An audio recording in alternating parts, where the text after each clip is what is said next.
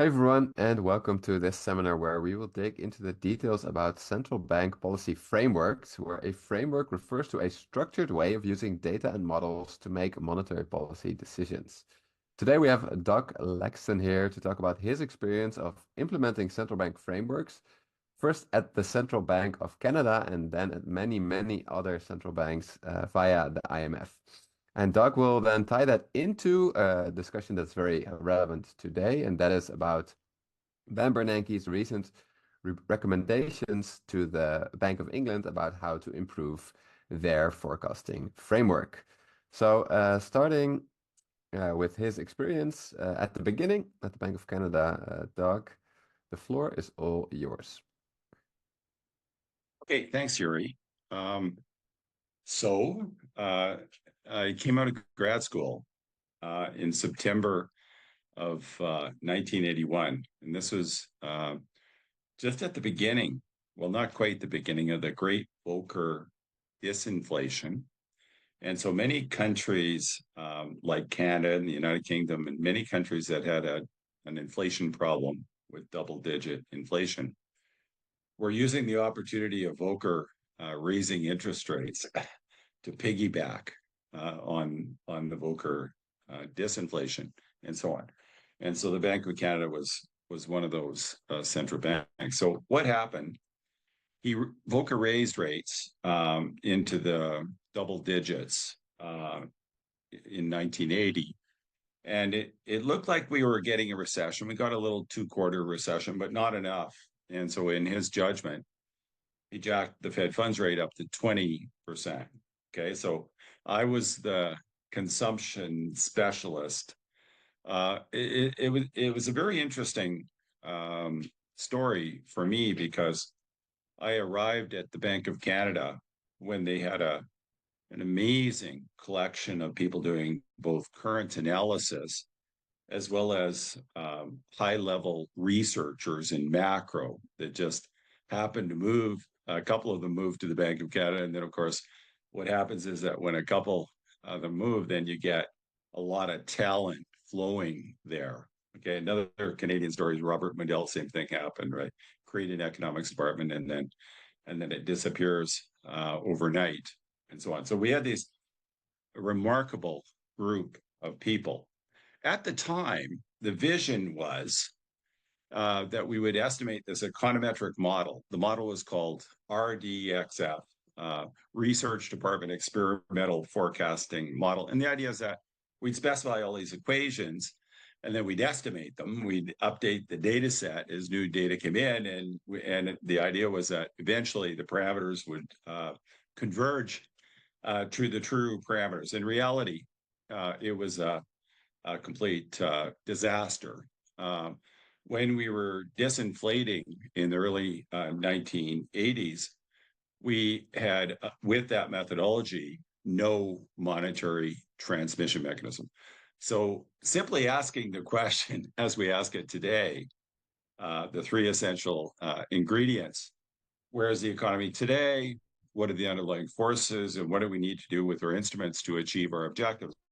Had they asked that, had the modelers asked that third question, they would have recognized that the model that they had was completely incapable of being used for monetary policy because we didn't have a monetary transmission mechanism. What did that mean? It meant that if you ask the question, how high did interest rates have to go to reduce inflation? Well, if you're underestimating the effects of interest rates on the economy, really high because you don't have those mechanisms in your model. So I was the consumption specialist, and the way that things were organized is that you had all these current analysis people like me that would be following the economy and then adding these things called add factors to our equation. So effectively, we had put in the assumptions about what the effects of high interest rates would be on consumption and housing and investment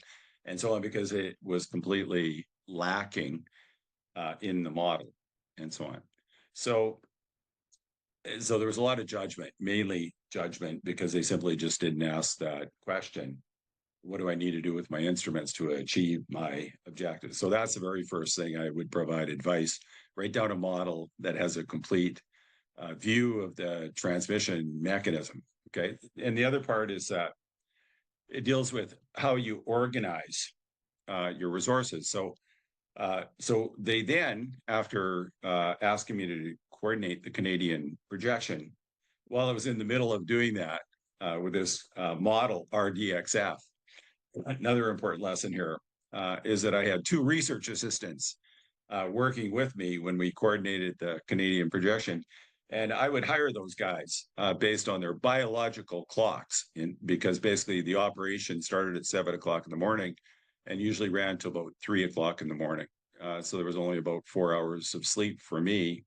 But for two research assistants, I'd have one in the morning and one at night, because that's what it took to get this model to produce sensible numbers, answers to this third question.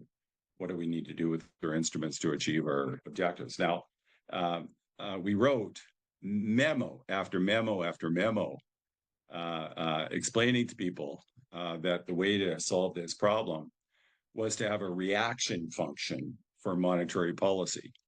And so anyway, while I was the projection coordinator, David Rose, who was the head of the research department, asked me if I would basically go away on an island and develop an analytical framework to do this. And that's basically what I did for about 3 years. And then out popped this thing called the quarterly projection model. The quarterly projection model, what was special about it was this inflation forecast based reaction function. And so that was based on, incredible amount of simulations of looking for reaction functions that were robust and under many different types of economic environments that we thought that were plausible. The inflation forecast based reaction function was very intuitive. Instead of responding with interest rates to actual inflation, like in the Taylor rule, it responded to the year-on-year inflation rate 3 quarters into the future. What was special about 3 quarters? Why did we find 3 quarters? Because if your model is bogus, in other words, if you make some modeling assumptions and you're studying the implications of model uncertainty and so on, you want to feed back a little bit on the actual outcomes of the economy. So the year-on-year 3 quarters in the future included the contemporaneous inflation rate. And since we had an army of experts, including myself, monitoring the economy and inflation developments, that little bit of feedback on the actual outcomes, along with a forward-looking forecast of inflation, was enough to get it working, not only in Canada, but in many countries after that. So the important lesson for modeling there is make sure that you design your model so that people can go home at 6 o'clock and don't have to stay up until 3 o'clock in the morning. That's a very important insight. The success of building QPM built on all the failures of past modeling efforts up to that point. And this is very much related to one of the recommendations that Ben Bernanke has on the Bank of England, because he has a pretty long list of things that need to be in the analytical framework. And he's right about all those things. But not every one of those things have to be in the core model.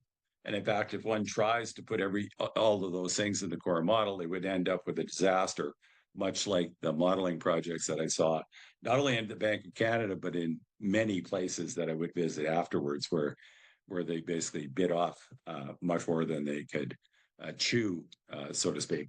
Plus, the idea is that the core quarterly projection model, or what we're building now, the core monthly projection models, is meant as an organizational device.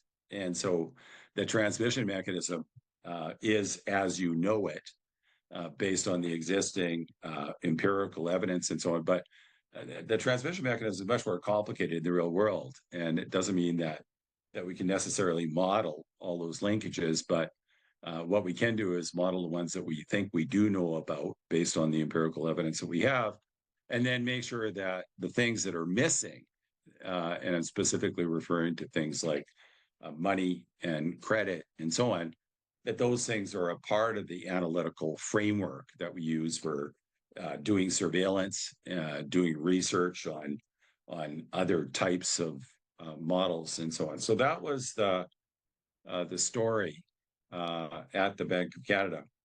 There was a lot of memos, a lot of convincing of people that we could do this. And then I left and went to the research department of the IMF in September of 1993. I wasn't hired to do monetary policy. I was actually hired because I developed this algorithm for solving nonlinear perfect foresight problems that was really robust and really efficient. And they wanted a guy like me as a modeler to try and push their modeling agenda, their multi-country, or what we describe as multilateral surveillance. But because I had this experience of developing this framework at the Bank of Canada, there was no end of requests for advice in that area. So the first stop, shortly after I arrived in the research department of the IMF, was from the Reserve Bank of New Zealand.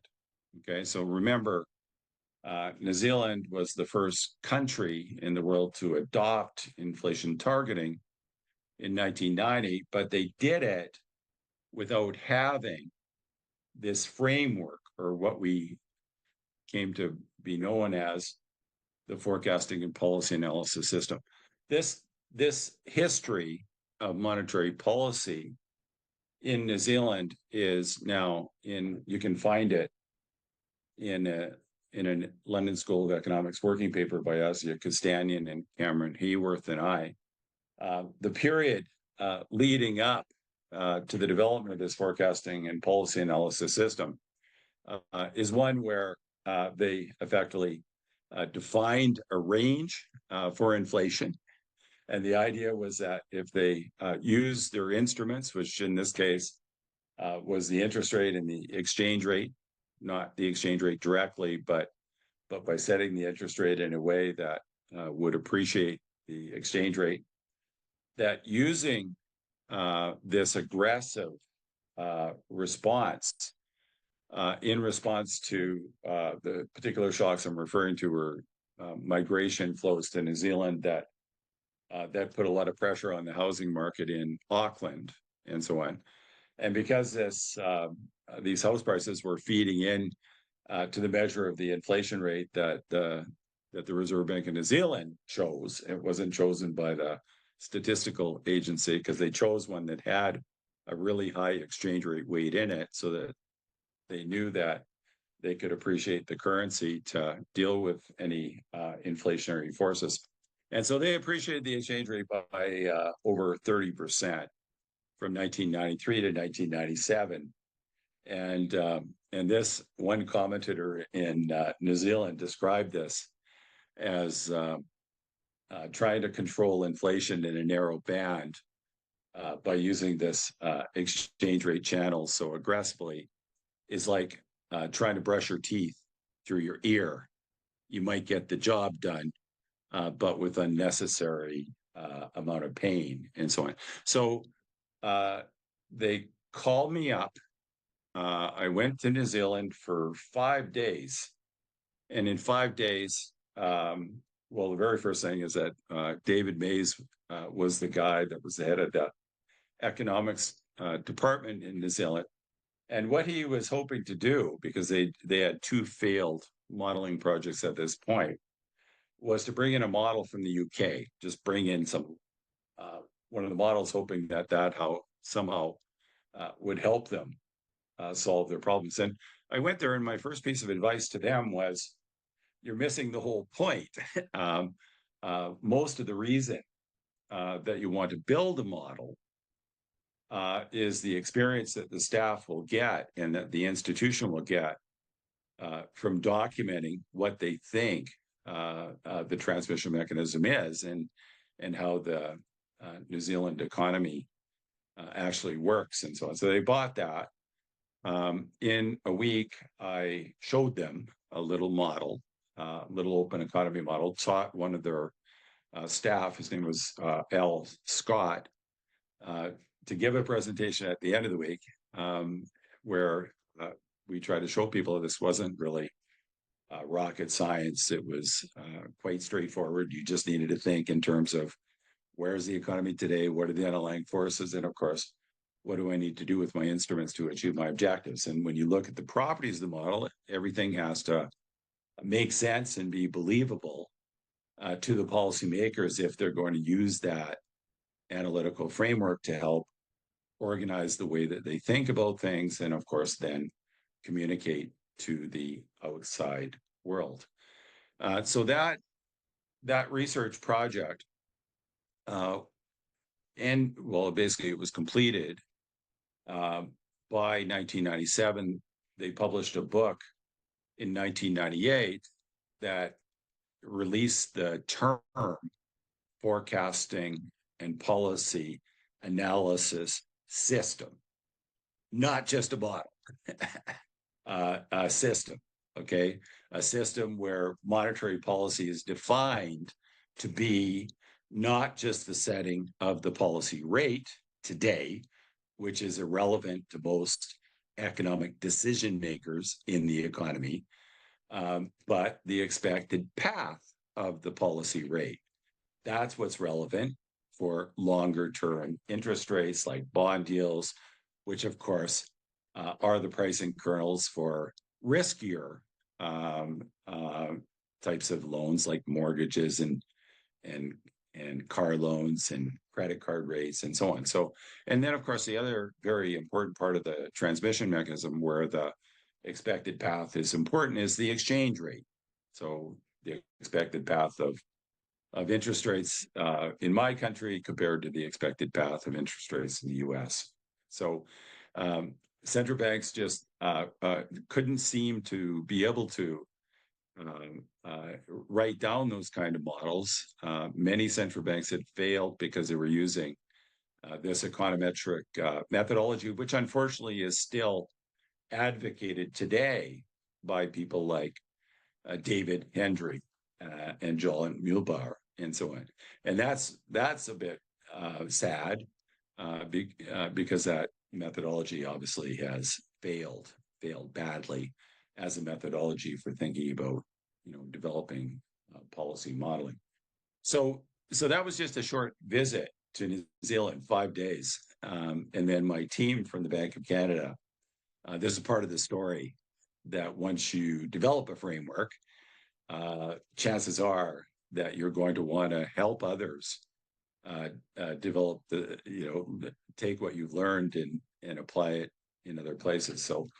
So the next call I got was from a guy named Warren Coates, who was in our monetary affairs department. And he asked if I would go to the Czech Republic.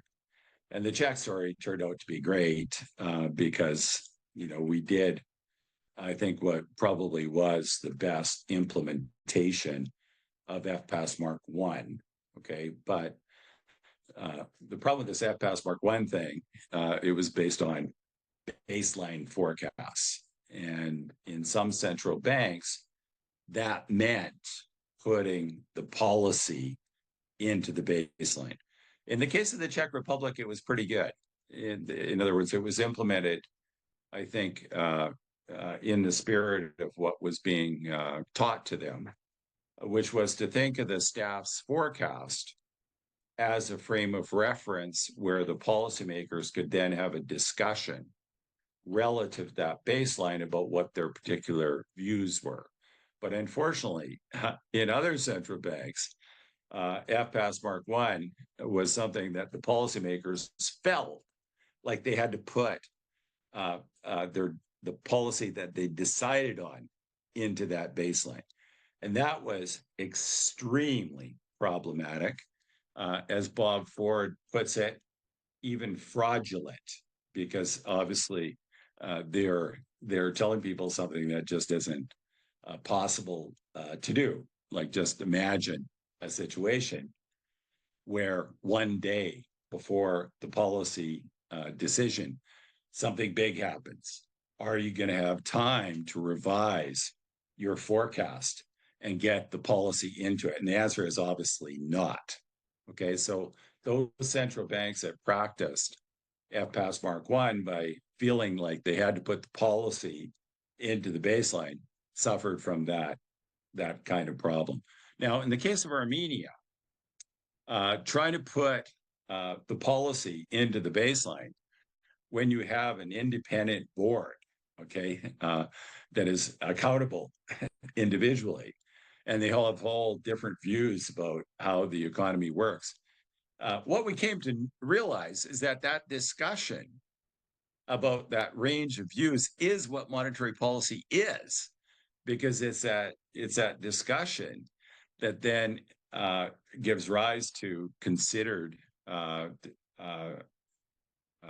discussion about what the appropriate policy would be that might minimize really bad things from happening, or what my old boss Olivier Blanchard described as avoiding dark corners, or what is described in New Zealand as policies of least regrets, okay, which I argue would be something much, much more important than fine-tuning the interest rate and thinking that you have a magic crystal ball that can forecast the future and construct the optimal path for the policy rate. Okay, so I want to, emphasize that this practice in FPAS Mark 1 in central banks like the Czech Republic, I think made a lot of sense as it was practiced there, but in other central banks where they tried to think about putting the policy into it, where basically the policymakers own the forecast, that was a big mistake and fraught with all kinds of problems because they're actually trying to explain something to people that's just not possible to do, and so that's not very good for transparency. And the central banks that were going down that road, it eventually came to to haunt them and so on. So what happened? We worked with the Central Bank of Armenia, developing what we ended up calling the Prudent Risk Management approach to monetary policy. I would say the project was launched in October of 2022 when we came out with a working paper called The Folly in Local Approximations and Baseline Forecast. And in that paper, we showed what we thought was a way of thinking about doing this with scenarios, or what we described as scenarios-based forward guidance, or more robust scenarios-based forward guidance, which was a combination of quantitative scenarios, okay, so case A scenarios and case B scenarios, which Bosgan is going to talk about later, using the US as an example right now. But a case A scenario is one where the expected path for the policy rate is higher than what's priced in financial markets. And a case B scenario is one where the interest rate path is lower than what's priced in financial markets. And so the idea is that the qualitative forward guidance, so that's the quantitative part, the qualitative forward guidance is an expression by each of the board members about what they think is most relevant. And obviously, if they like case A types of scenarios, so they don't even have to believe in one particular scenario, then obviously they would be trying to nudge market interest rates either up or down. So up if they express more confidence in the scenarios where inflationary pressures are more persistent and there's more excess demand pressures and so on. And so the idea is that is meant to be something much more flexible that would obviously help with situations like 2021, when the advanced economies, and this is probably groupthink, because they all made exactly the same mistake. Inflation started to rise, and they started to blame it on transitory factors, effectively throwing things out of the PCE or the CPI that were rising. And so that approach to thinking about monetary policy was very problematic. So we wrote about that period as we were analyzing Mark II, this prudent risk management approach, by saying, well, let's point out what the possibilities are about how we could be getting it wrong by creating scenarios where inflation's transitory, and other scenarios where inflation is much more persistent. And then, of course, scenarios where it's even more persistent, where failing to respond by raising interest rates could give rise to long-term inflation expectations, ratcheting up, and so on. And so had that approach to monetary policy being communicated to financial markets in 2021, then the Fed wouldn't have boxed themselves in to a corner by pushing this transitory line far too long, and so on. So that's where we are in terms of our thinking about Mark II. We've written a book, and people need to be looking at this book, because it's the most comprehensive book on monetary policy that's ever been written. And I should know that, given that I know all the books that have been written. It's the most comprehensive in the sense that it outlines the analytical framework. It explains the decision-making process in the central bank. It explains the role of the board, the role of the staff. It talks about everything, documents everything in one document. Now, of course, that document refers to the 24 working papers that were created from October 2022 until the book was written. But the idea, hopefully, is that every year in January that book would be updated, as well as supporting documents, technical documents on things like the models. And it is also hoped that process will be as transparent as possible, that we might even be able to give away everything technically about these scenarios. As I said, it would be impossible for an FPAS Mark I central bank to achieve that kind of transparency if you believe that there's a bit of folly in the construction of those baselines and the models that are used to construct them. So I think I'll leave it there in terms of the first part, Yuri. And if you have any questions about those experiences, I'd be happy to answer them. Thank you, Doug. I think that was really interesting and to the point. As I understood it, you took us through your journey, where you basically say, like, okay, I found out in Canada and in New Zealand that you need a framework, especially one that makes it explicit what the monetary transmission mechanism is, because otherwise you run into all of these problems, especially like the brushing your teeth through your ears analogy, where, like, if you don't have this framework, you might risk overreacting and thereby hurting the economy, even if you are able to control inflation. And then you took us through sort of optimizing the framework at the Czech bank, but still there was this problem of having a baseline where there's too much emphasis on tweaking rates rather than avoiding these horror scenarios like a dark corner.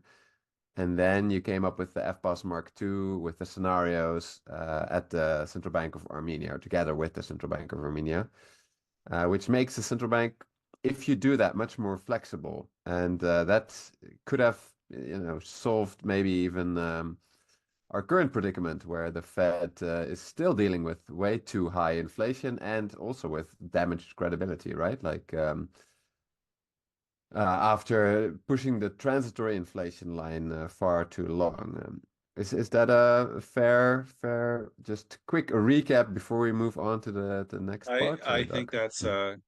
that's a very fair recap of what I said. Yes. Excellent. So I do have one question. So I noticed that you said about FPAS Mark 1 that the Czech central bank was the best implementation. And I wondered like what made it the best? Like for example, compared to New Zealand, which I think you think is very good implementation. But what did the Czech bank do on top of New Zealand that made it even better? Uh, so so so the Czech National Bank was a board. Okay. And so most central banks went from governor decision makers to boards. Doing all this stuff when you have a governor, like the analytical parts, is trivial and so on. So if you accept the notion that it's better to have a board, because New Zealand at the time didn't have a board, they just had a governor decision maker. So I would say that that the Czechs did it the best with a board. Okay, and why was it the best? Because they understood the role of the staff versus the role of the policymakers. And so in every monetary policy report, in the preamble, it would say that the inflation forecast is drawn up by the monetary policy department, was locked in on a specific day well before the policy meeting. Okay. And therefore it didn't have to include the policy, and is used as a frame of reference from which the individual board members could describe what their views were. So a frame of reference, a baseline, like the baseball and like the baseline in tennis, a frame of reference to decide if it's in or it's out, as opposed to trying to put the policy in there. And so it was the best implementation in that sense, in that it expelled out very clearly what the role of the board and what the role of the staff was. And the problem is that in the other central banks, they in many cases would make it seem like they owned the policymakers owned that baseline, and that is that's very problematic to give that impression to people, because it's obviously nonsense. It's just not real. There's no way that a board can. I mean, if a board could decide as one unit in a baseline, then one might ask, well, why do you need a board? The reason you want a board is that you can have this really rich discussion about all the possible different scenarios and so on. So the New Zealand framework was obviously amazing, but much easier to implement because you had a governor that was just deciding on, you could delegate basically all of these analytical things and so on. So that's why it was the best implementation of FPAS Mark 1. Okay, yeah, that's clear. Makes sense. And okay, so that's the history of the F passes, so to say. And what would you recommend, like if you're starting a central bank today, or if you have a central bank that does not have a framework at all? Like how would you recommend to change things or to start using a framework now?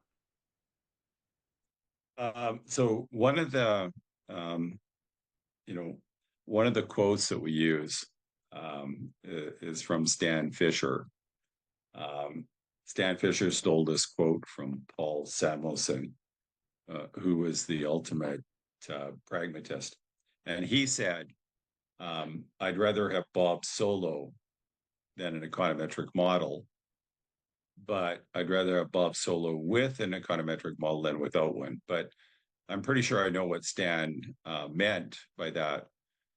He meant full stop after I'd rather have Bob Solo than an econometric model, because he had experiences of like the experience I was telling you about, RDXF, econometric model. So you're better off with nothing than with something like that. Okay, so I'd rather a Bob Solo than an econometric model, period. But if I could get an economist to help me design a model, I'd have to have an economist to do that. Okay, if I could find an economist like Bob Solo, then, and if he could design a model, then that would allow me to explain through structured reasoning using models what it is I'm trying to do. Okay, as opposed to getting the answer out of models. Okay, so that comes my quote, which is this one's Doug Laxton. Never say the model says. Of course, when you're doing policy modeling, as an academic, totally okay. And if you want to do research in a central bank, totally okay.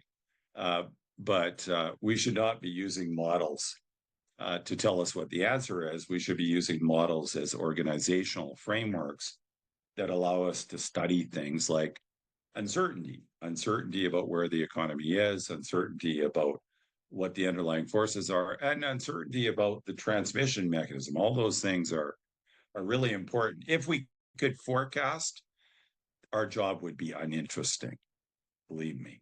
Okay, and it's because we can't forecast things, and because the world has non-linearities. That's what makes the problem interesting. And once you recognize that, that is a completely different way of thinking than the way that that is happening right now in places like the Bank of England, and like what was happening before we fixed things at the Bank of Canada. I guess 30 some years ago.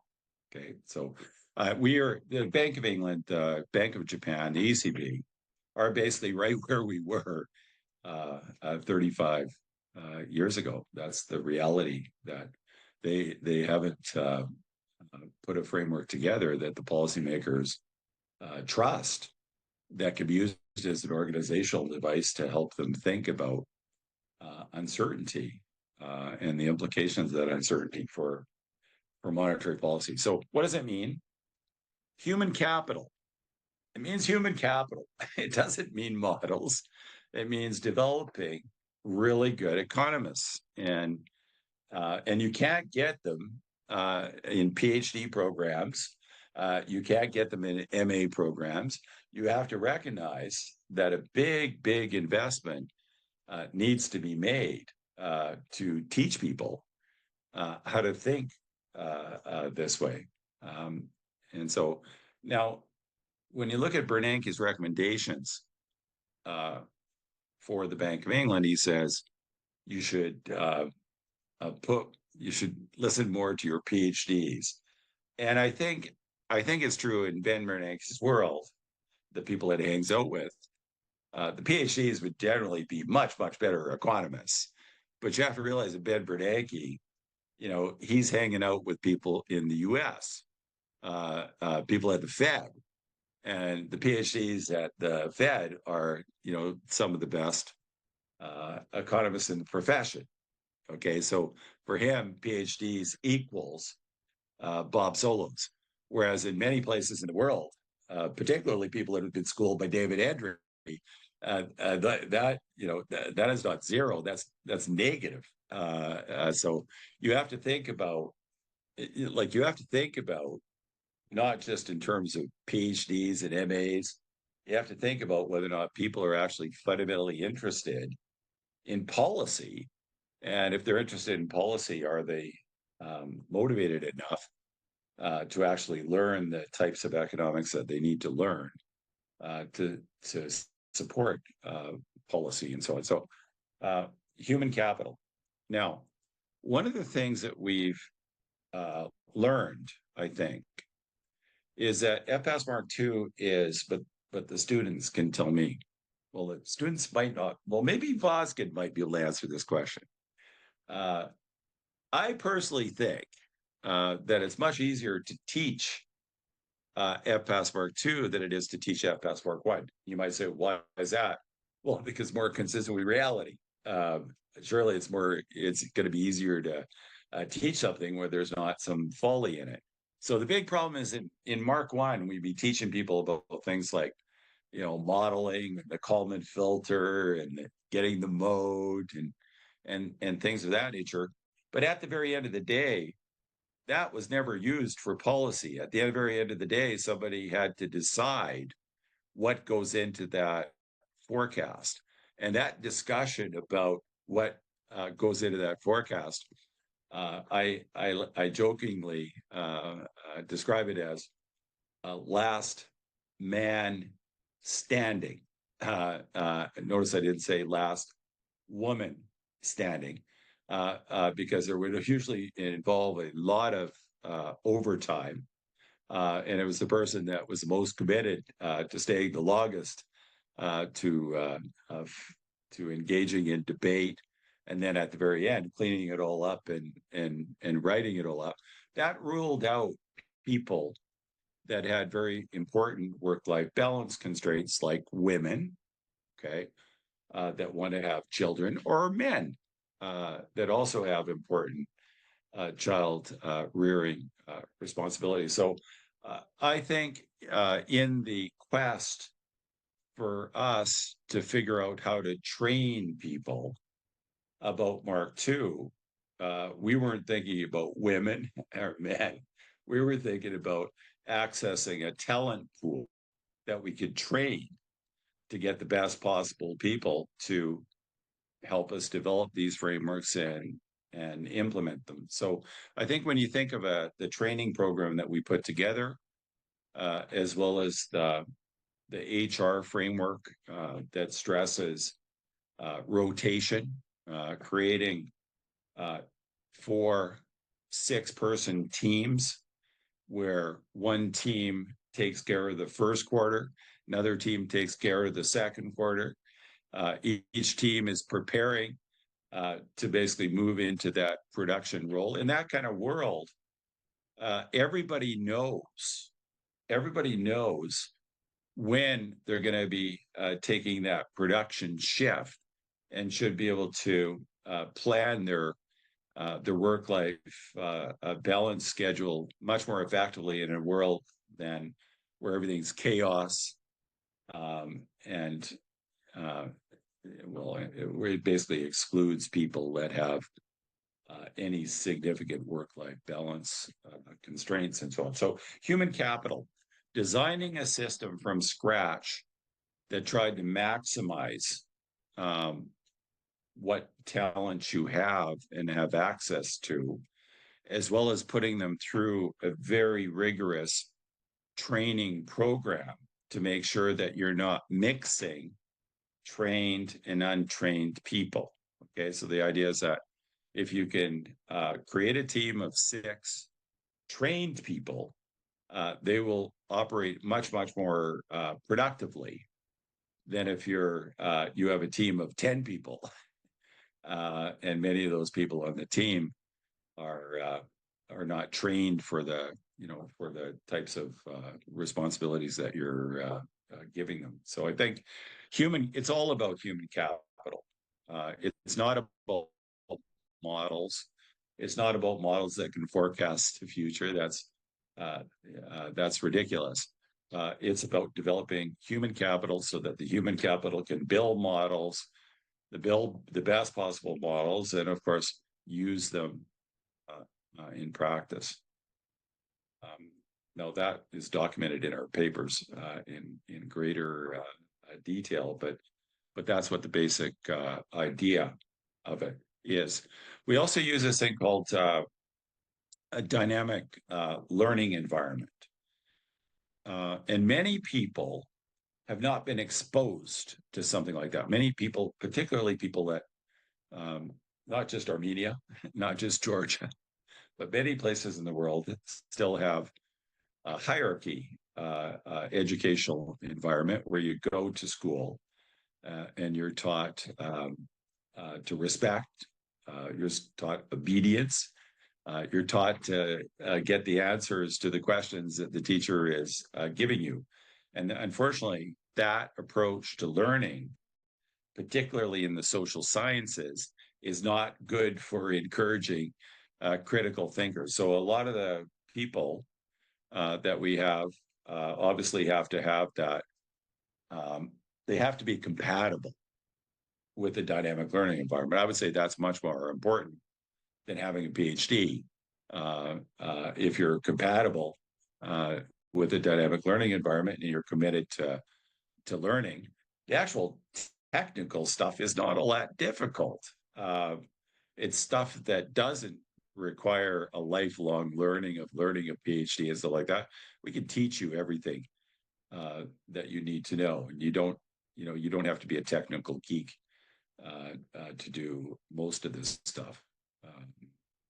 In fact, I think the technical geeks in many ways get lost in those technicalities and lose sight of what's actually important. But what do you think? Does that make sense? Or I think that makes sense. So if I'm starting my central bank, then the crucial part, maybe something easy to overlook, is that to have a framework that actually works, you need to train your own Bob solos. And of course, you need to also give them some models, but you need to make sure that it won't become, oh, the model says we need to raise interest rates by X%, and so that's why we're doing it. No, it needs to be about the analysis of your crack team of economists that have, of course, used models and have used data in a way that is always roughly the same. That is through a framework. And I think you're now going to show us sort of how that works, right? With a lot of presentations. Well, it starts off with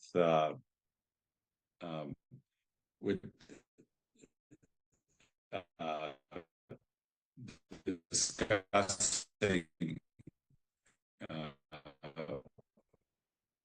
taxonomists are ECB. So Vosgen is good.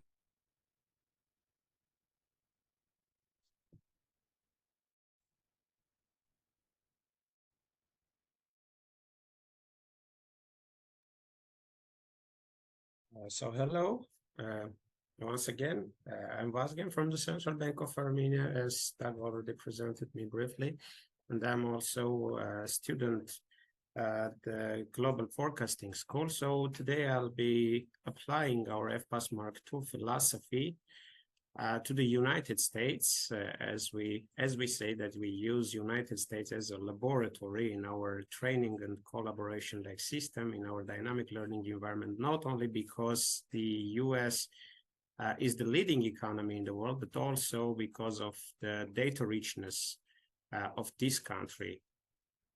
So as also like Doug mentioned before, the FPAS Mark II framework like basically answers the three essential questions. So there are three essential ingredients behind this. Where is the economy now? What are the driving forces, and what we have to do with our instruments to reach our goals? So I'll be applying all our philosophy and all our concepts in this from these lenses.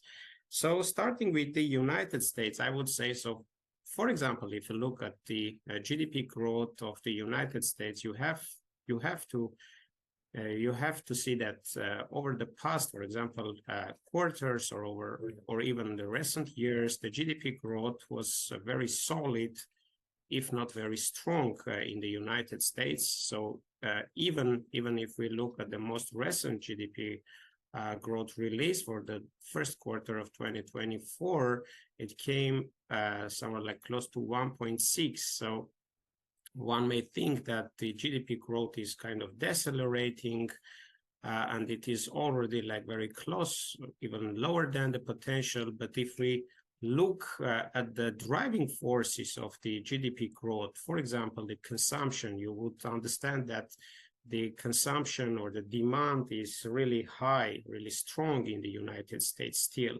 So the consumption is growing at a much faster pace than the GDP growth, or even if we dig a bit more in that, and if we look at the services consumption, the real like personal consumption expenditures of services, you would see that they are kind of growing even faster. So the growth for the services sector for the first quarter, like the quarter-on-quarter growth, was kind of 1%.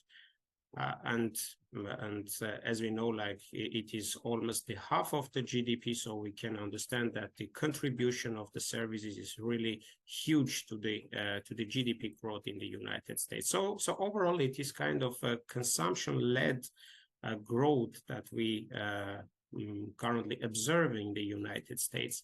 And what are the drivers of this consumption?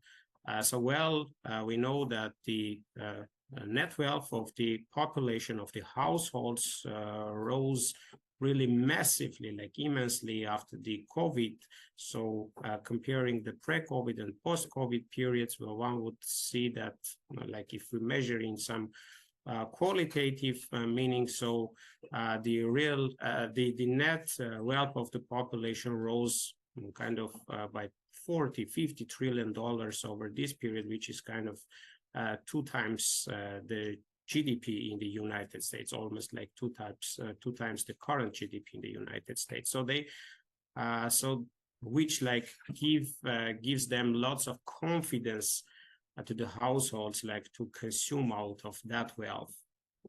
And also, if you look at the most recent data, I mean like the asset prices, for example, the S&P, the Nasdaq, or just like the house prices, so they are still rising. They are at some historical highs, so giving some more confidence and some capacity to the households, to the population, to keep that consumption and so the fuel the demand further. And also, like, given the tightness in the labor market, if we look at the labor market indicators, I mean, like even the most basic ones, so the the unemployment, the non-farm payrolls, and so on, you would see that the labor market is really tight still, even though we can observe some cooling down there. So, for example, the unemployment rose from 3.6 or 3.7 to 3.9 over the recent years, but you know, they are still at a very, very low levels. I mean, the unemployment and the overall the labor market is still very tight. So in this case, the further growth at this pace, I mean, of services especially, would easily like transmit into the services wage growth of services and hence to the prices. So in this sense, I mean, even if we look at the most recent data, for example, for consumption, I don't know, the monthly growth in retail sales, the saving rates, which are at the historical low levels. So all this data also like signals that the GDP is the economy is kind of overheating still, and we can expect some like massive inflationary expectations from that. And if we look at the inflation numbers, I mean, it doesn't matter whether we look at the like PC or CPI. So the underlying measures of inflation show that they are rising. The prices are rising still at a much higher pace than what the target would imply, for example, for the month-on-month growth or the 3-month over 3-month growth.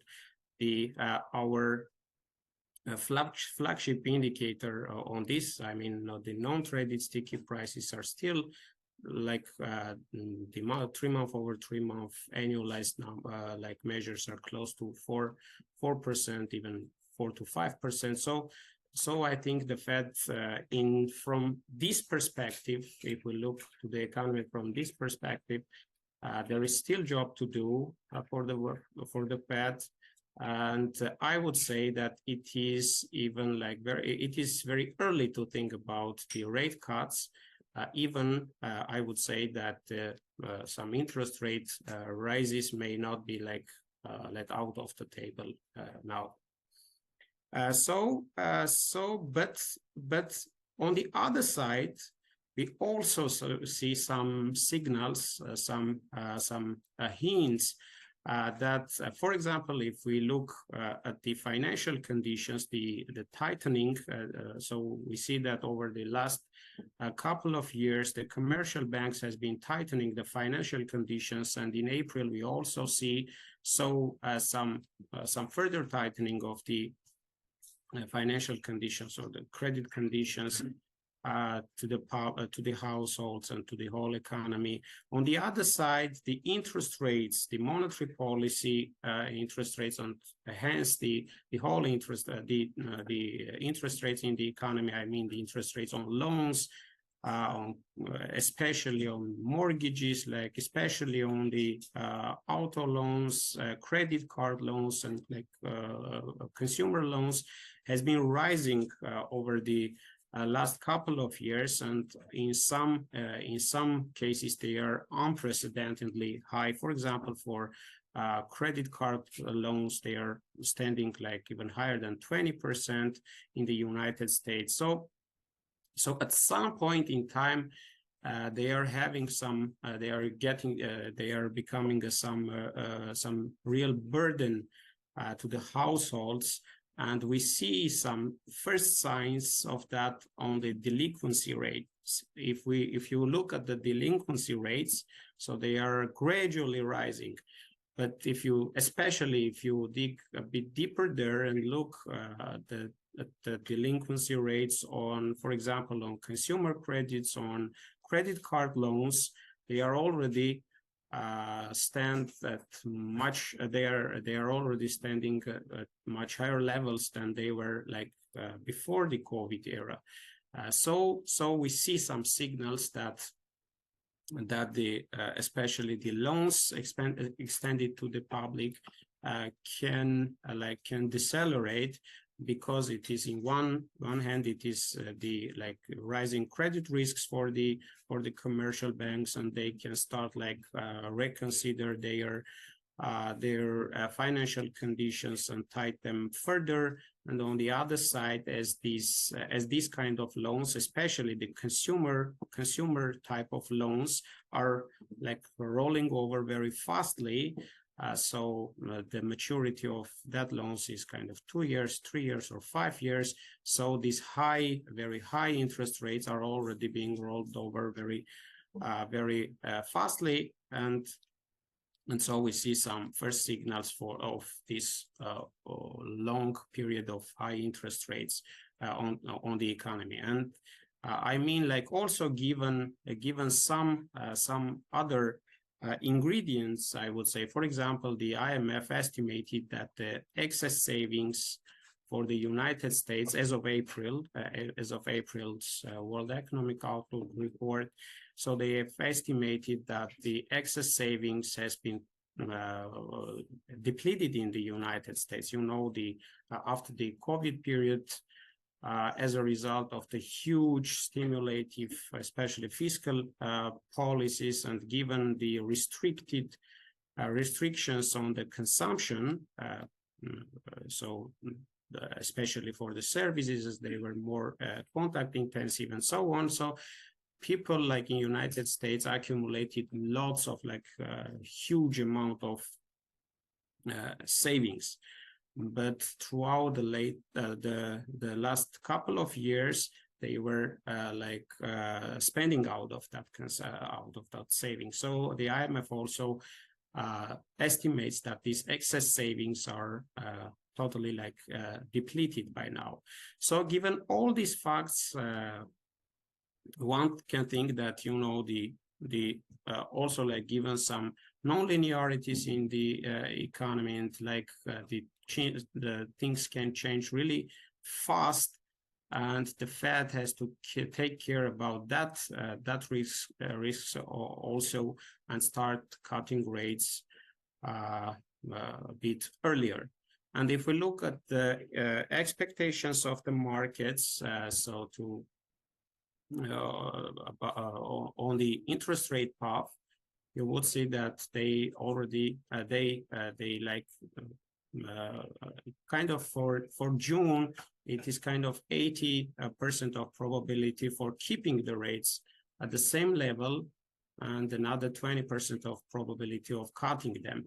And that, so the markets also like expect kind of a bit higher than 60% probability for the September to start cutting.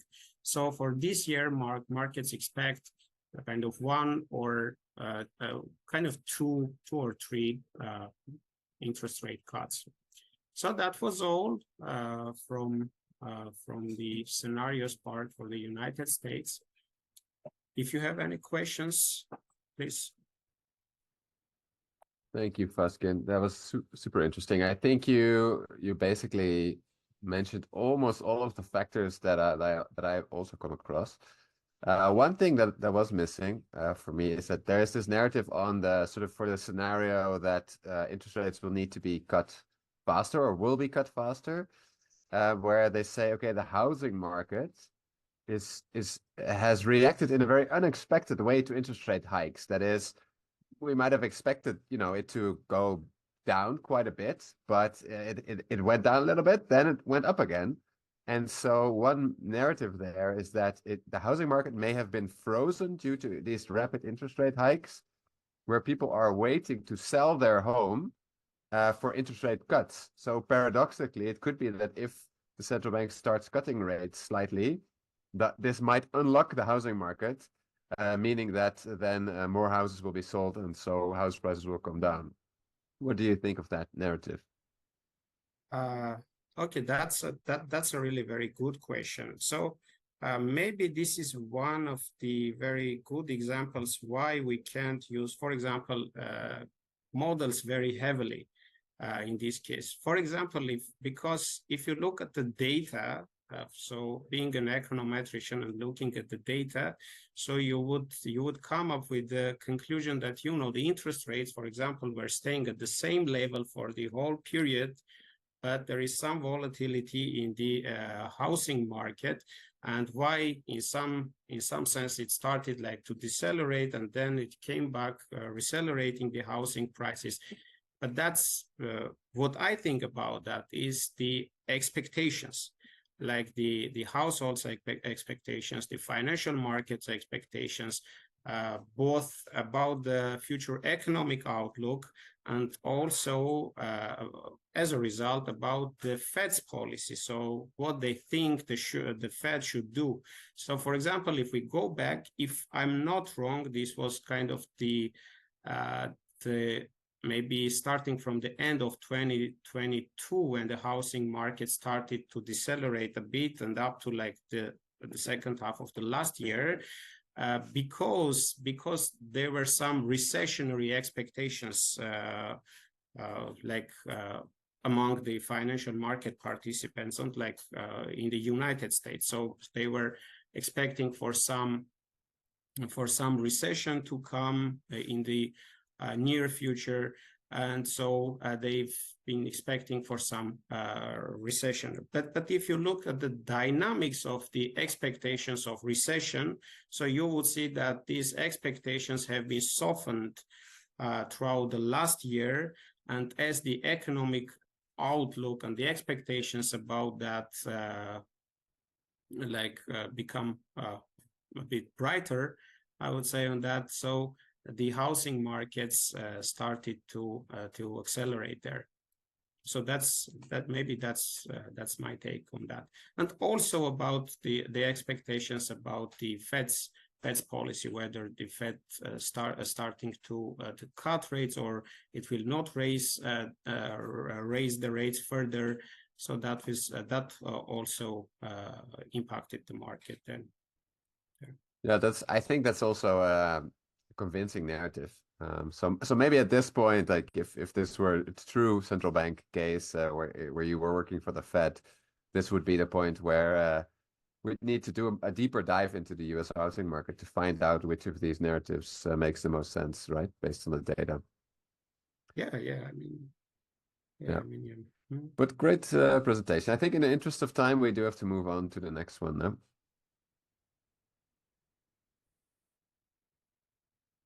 Who's up next? Okay, I will start my part. Yeah. So, as you all know, my name is Sergey. I work in National Bank of Georgia, and also I'm a student at Global Forecasting School. And in this talk, I would like to discuss our flagship measure of underlying inflation and non-traded sticky price inflation, why we use it, why we started to develop it very extensively, both in Georgia as well as in Armenia.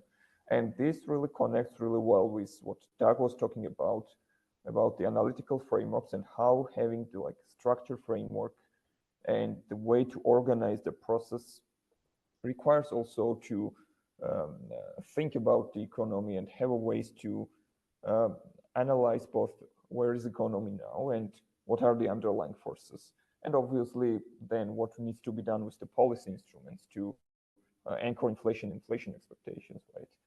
And in this regard, because the primary objective of the central bank is to gain anchor inflation expectations, most of the central banks have some kind of measure of what we refer to as underlying inflation to track this price dynamics and also to think about the necessary policy intervention as a result. So there are like numerous measures of this underlying inflation, and the best example, or let's say most widespread one, is the core inflation, which basically is removing some volatile items like food and energy out of the CPI basket. And this measure obviously comes with a significant drawback, what we would like to call as a statistical approach, where we just mechanically remove the items that are highly volatile and try to look whatever is left. And the drawback is exactly that, first of all, we don't think about underlying economic intuition or narratives when we do that. And also, these items that we removed might contain some very important information that we could use. And therefore, exactly these drawbacks actually led us to start developing and thinking about these alternative measures that can better incorporate this economic intuition and rationale, as well as to help us in policy. Because like as an example of the drawbacks regarding the core inflation is our policy. So in 2023, the core inflation, after this long period of high inflationary environment, was declining. But we didn't start to ease monetary policy as a result, because we thought that because of high inflationary environment for almost 2 years, we needed tighter policy longer to anchor inflation expectations. And if we strictly followed the core inflation measure, then we could have made some policy mistake. So again, back to the non-traded sticky prices, how we thought about when developing this measure was to decompose the CPI into non-traded sticky and the flexible parts. And we were inspired by, first of all, the Atlanta Fed's approach to sticky prices when we were doing this, but we also considered very specific features of economies like Georgia or Armenia, because we are small open economies and we are highly vulnerable to external shocks, as well as some exchange rate movements, especially given that we have also some excessive financial polarization. So we also needed to consider that the exchange rate also has a very important role in monetary policy transmission in our case. So like we took the Atlanta Fed's methodology as a benchmark and tried to categorize our CPI basket items into flexible and sticky. And we also considered, because we are the small open economy, we also considered to decompose the items into tradable and non-tradable goods, because exactly tradable goods are mainly impacted by these external shocks, right? The intuition behind this decomposition was that the flexible prices respond to these current market conditions, namely this generalized excess demand, for example, as well as some external shocks, and they are really quick to adjust. And like good examples are the gasoline prices or any commodities like wheat or corn.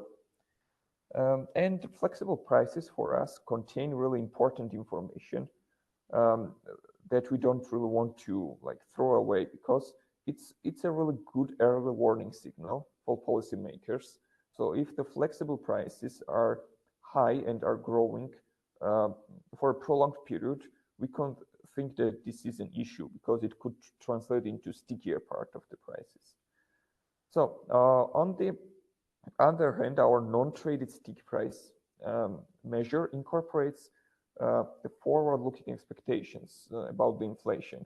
And the reason behind this is that when the price setters, who don't change their prices frequently, when they consider changing their prices, they also consider to incorporate these inflationary expectations regarding the future, because they won't be able to change their prices soon.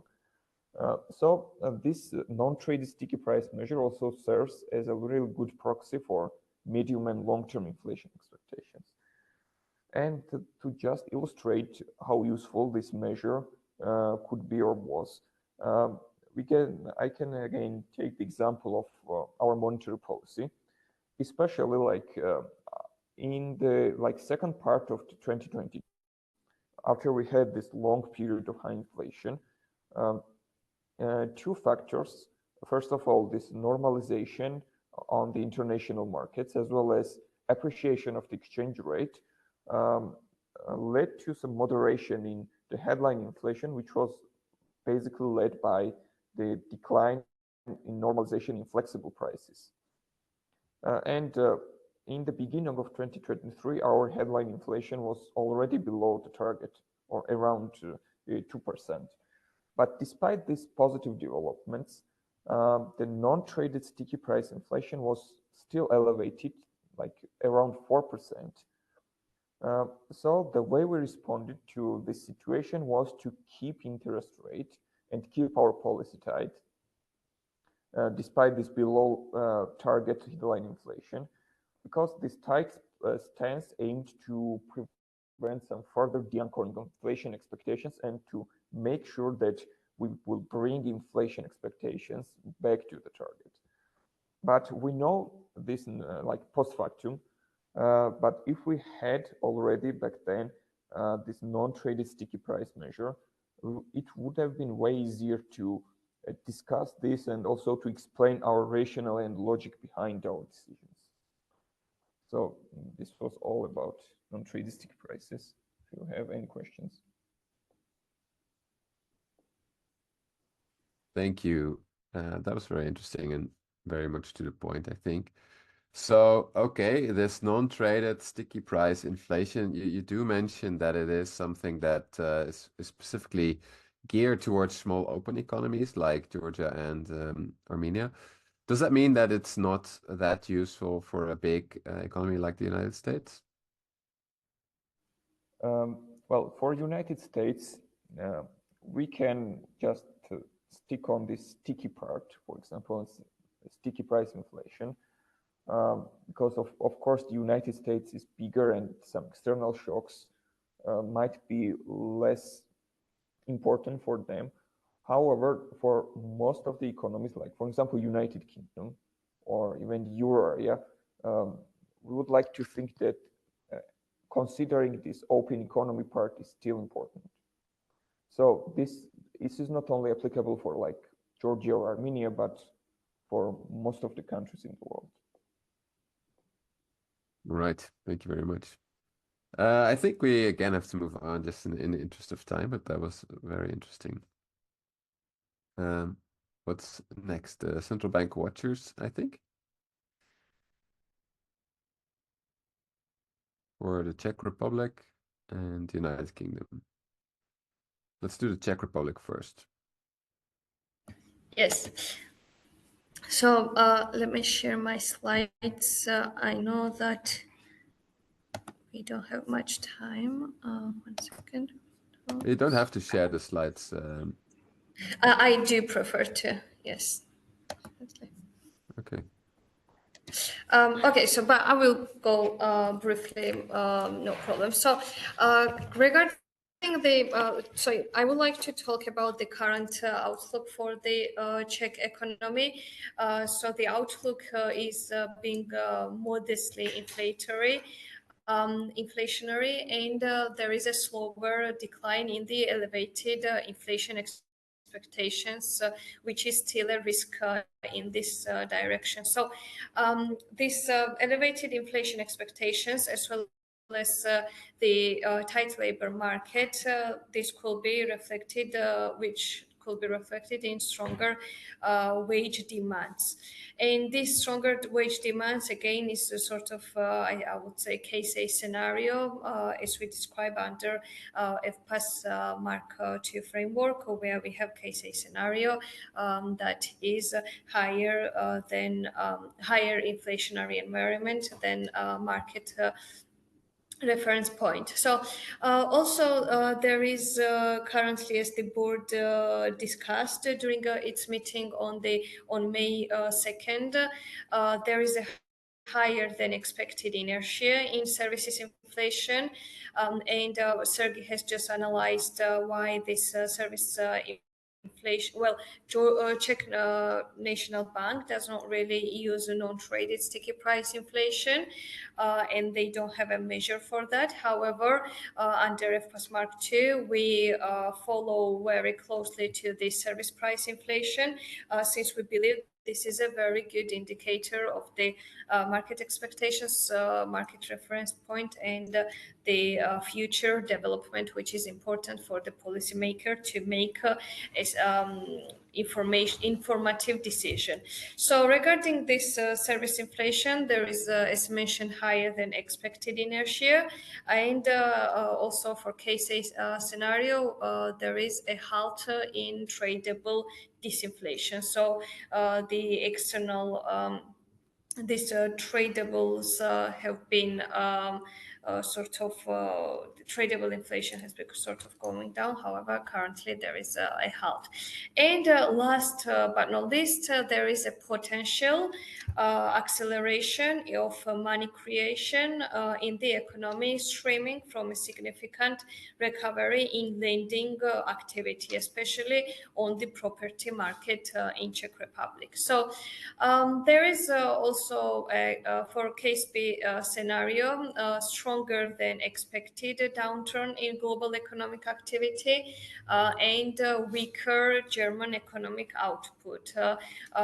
This is a downside risk to inflation, and we know that Germany is one of the major key trading partner for Czech Republic. That's why it's important when analyzing Czech economy to look at the German economic output and growth. So however, as an overall note, Bank Board in their minutes, they say that the annual inflation had reached 2% target in February and March, and overall price stability has been restored. So they have a positive outlook in this regard, and a large part of the board's debate concerned the structure of inflation, and especially the gap between the services inflation and goods inflation. So as I have mentioned, overall inflation is back to its target for the past couple of months. However, there is still this service price inflation higher than expected. So this gap between the goods inflation and the services inflation is one of the key concerns for the board currently. So they still believe there is an elevated growth in services prices. So that's why they say there is a need still to keep an eye on service inflation, but currently board decided that it is not a reason for not continuing to ease monetary policy. That is why Czech National Bank lowered the 2-week repo rate, which is their policy rate by 0.5 percentage points. So currently it stands at 5.25%. So despite this service inflation, they thought this is currently not a reason for not lowering the rate. And despite board members having diverse opinions regarding the policy rate, and Dag has also mentioned in the beginning of our presentation that having this board decision is a good because individual board members can describe their views, which we see on this board minutes. They describe, and I saw that they had quite diverse views, and these diverse views encourage discussions, which is good. However, despite these diverse opinions, all 7 members voted in favor of this decision, meaning of the 0.5 base point cut. So one last thing I want to say, I will not take much time. We know I have been analyzing this neutral rate currently, and they still mention this. So it's still, there is still a debate, and this neutral rate in Czech Republic is still a hot topic, I would say. And one of the board member said that the idea that the neutral rate had gone up to some degree was now widely shared in central banks and on financial markets, meaning that again, we have been discussing about neutral rate in the US and many other economies, and Czech National Bank is also sort of realizing that neutral rate could be had gone up, not just in Czech Republic, but also in other developing as well as developed countries, and we have been discussing this about developing countries such as Georgia and Armenia case as well.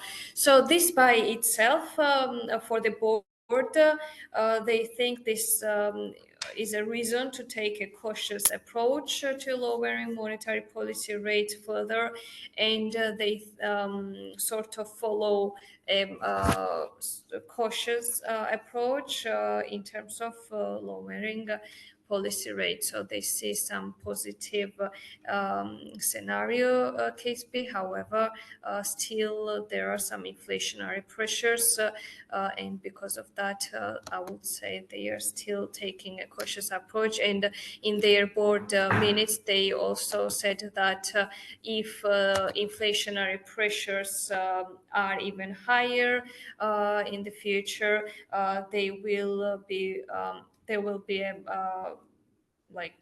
they will stop lowering policy rate, as well as could be some further acceleration. So it sort of depends on this tight labor market as well as the elevated inflation expectations. Thank you. Thank you, Anna. Just a quick question. Do they also mention what the neutral rate what it is they believe for Czech Republic? No, unfortunately, it's a number. They don't mention in I saw their past 3 board meetings. So over this past 6 months, overall, they have not mentioned a number. However, they always explicitly say that it has gone up. Yeah, I think that's maybe some area for improvement then. Huh? I mean, that is something where Larry Summers with his analysis makes it just very clear. It's like, oh yeah, well, neutral rate is, above the 4. Yeah, exactly. Okay, Yes.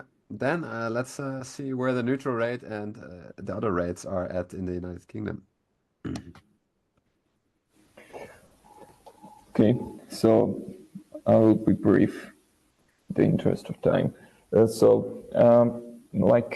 recently, the Bank of England made a decision to keep its interest rate. And also there are growing sentiments in both the financial markets and generally in the United Kingdom that given the developments in the inflation, the Bank of England might start cutting interest rates sooner than Fed, even maybe in June. Right? However, when we are saying that we should be cautious, given the overall outlook, what we see in the United Kingdom, and what I would like to briefly outline. First and most important one is the labor market, what's going in the labor market in the UK. So we saw some normalization in both the job vacancies and unemployment since the recovery from the pandemic started. So we could say that the tightness could ease in the upcoming month or quarters. However, the significant problems is in the wages. So what I mean is that the United Kingdom has these strong labor unions. And so this means that individuals can bargain for higher wages. So they have like more bargaining power to do so. And given this high inflationary environment, the wages also grew with a pretty big pace. Even though it started to normalize somewhat, it still is elevated way above the pre-pandemic level. It's around 6%.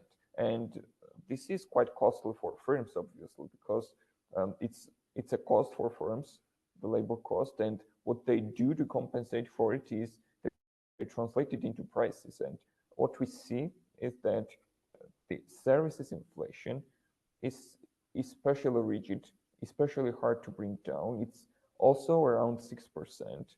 It was around 6% for past several months already, but it doesn't show really fast pace of normalization. And this is problematic because we can judge that there is this significant inflation premium, both in wage and price setting, that could make the job of the Bank of England more difficult.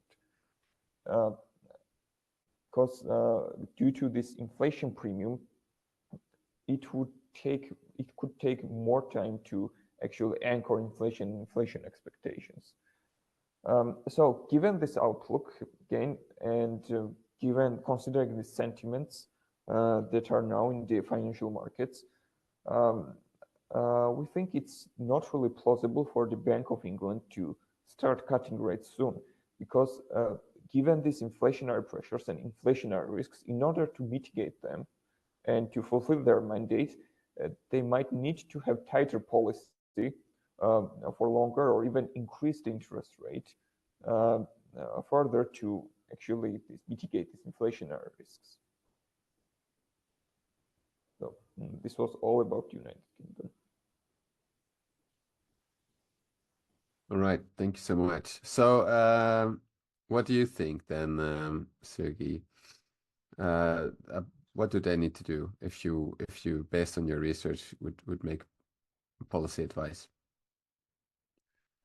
Well, in my opinion, at least the Bank of England needs to keep its interest rate there, so in policy tight for longer, in order to gain anchor inflation expectations, because these inflationary risks are really serious.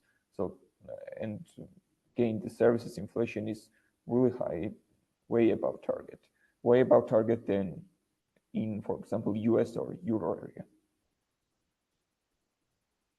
All right, thank you very much. I think that wraps it up for today, right on schedule. But there's also still some information about the boot camp and summer school. That's it. Yeah, thanks. So I'll be really very brief. So starting with the summer school, so we are delivering a summer school in Diligent this year. It will take place from the very first days of July to up to the last days of August. So it is going to be a nine week, very both intensive but also very interesting, full of lots of activities like summer school. We are going to also offer a full-time job to some participants upon their successful completion of the internship. The structure of the summer school, as I told you, it's going to be like an 8-week summer school. So it is designed in a way like to split it. I can split it into 2 parts. So the first part basically will be full of training sessions. So during the first 4 weeks, we are going to deliver some topics such as like dynamic learning environment, what the dynamic learning environment is, the philosophy, the concept of it. We are going to introduce our FPAS Mark II framework and philosophy to the participants, as well as we are going to provide some modern macroeconomic topics such as like endogenous money creation, such as like the corridor theory, and like we're going to also concentrate on central bank communication and so on. So the first 4 weeks they are going to be full of this kind of main lecture meetings, and what the typical day, for example, during the first 4 weeks will look like is kind of as follows. So we will start after the breakfast. We will start with the main morning lecture, main morning session, which will take some 1.5 hours, and then we are going to have some case studies or like kind of working hours and so on up to the lunch. And after the lunch, we are going to have some daily cultural activities or some sports events, kind of volleyball games or basketball or billiards. So there are plenty of activities in the Diligent Training and Research Centers to refresh our minds and go directly to the daily testing. So it's going to take some 15 minutes maybe to complete this daily testing. So they are going to be required. So they are going to be asked a question. So as kind of in an IMF interview, so they will receive some question, and they are required to cut an audio file and send it to the instructors, like to assess the progress and understand whether the things are going well and so on. So after that, we are also going to have a very, very interesting final item of the day. So we are going to have a discussion on a top 25 research papers in the macro policy or macroeconomics area. And so that's all. And we will be gathering around the barbecue pot. And so I think that will be both interesting and very fruitful for the students that we are going to receive around the world. So, and the second part of the summer school, as I told you, I could like split it into 2 parts, the training part, and the second part is going to be the schedule, or the agenda is going to be much more flexible, allowing them to concentrate, to focus more on research topics or policy analysis papers. So they are going to be provided with some research topics or policy analysis topics, and they will do some either group or individual research and analysis, and like come up with some presentations and draft a paper by the end of the summer school. So the last week of the summer school is reserved for presentations to the senior staff, maybe board members and some other officials and so on. So that was that was all I wanted to share about the summer school. If you have any questions there, I'm happy to address that. Sounds really interesting. Yeah, Yes, go ahead. definitely. Just a quick recap. Obviously, Vasgen prepared it very well, and I think it was a very comprehensive presentation. But we just want to mention that in summer, obviously, we have this program for people who are developing their skills through the summer school, but also we are going to have different conferences, speakers, the world-class speakers, such as for example, the MIT economist Athanasios Orphanidis, or Ioannis Salikias, or obviously Doug Laxton, and other guest speakers, as well as they both will be available both in person and online. And obviously there is also in July the central bank macro modeling workshop happening in Dilishan and both online. So probably we are all encouraging to participate people who are already very motivated, but I believe that this will provide you more exact information on what our plans are this summer. Excellent. Sounds very interesting. Are there any further questions?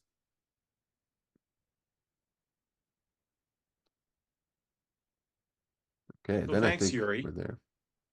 Yeah, I Thanks thought it was for, really interesting, all of these case studies, that every central bank is sort of dealing with the same issues, right? I think that's like, if you reflect on what you said, like you need the best economists. Like this is and that also comes with stuff that's outside of just following models and textbooks, because I don't think many models have this feature in them. Like, oh, the Czech economy, the UK economy, and the US are all sort of dealing with the same stuff at the same time. Like, why is that? I think that is very striking takeaway for me, at least for today. it's late in Armenia and Georgia, so we've gone beyond our work-life balance constraints. So thanks, guys, for sticking around and presenting your work. And thanks, Yuri. It's always a pleasure that you're engaging with us. All right. See you next time. Yeah. Thanks. Thanks, see you. Thank you so much. See you.